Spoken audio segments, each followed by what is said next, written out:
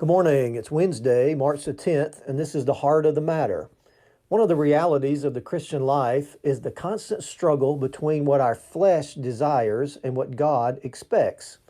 Even as a Christian, we still have a sin nature, and that sin nature fights for control of our lives and our desires and our heart. And that struggle is often manifested in the things we love the most, the things that we treasure. We are surrounded by influences that tell us to treasure the things of earth, temporary things like money and possessions and influence and fame, things that will all either disappear or be destroyed in time.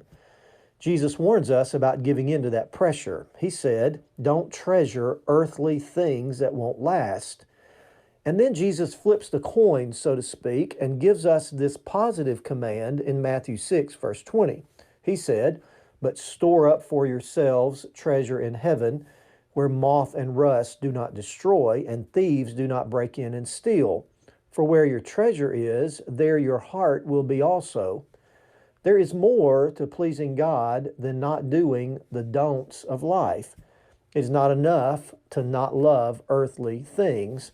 A follower of Jesus does avoid loving the wrong things, but a follower of Jesus also loves the right things, eternal things, spiritual things, things that will last beyond this life and this place. And Jesus calls those things treasures in heaven. I believe that speaks not so much of a place to put our treasure, but rather of what our treasure should be. Treasure in heaven is treasure that will last. It's permanent. It outlives us and this life. To store our treasure in heaven means that we are investing in spiritual things, things like the church and the ministries of the church and missions, sharing the gospel of Jesus around the world. It means that instead of spending what God gives us on ourselves primarily, we share what He gives us with others. We help those in need, the poor and the hungry. It means we provide resources to tell people about Jesus. It means we spend our resources to change the eternal destiny of people. It means that we do things with our money and time and gifts that will make a difference for all time, not just for this world.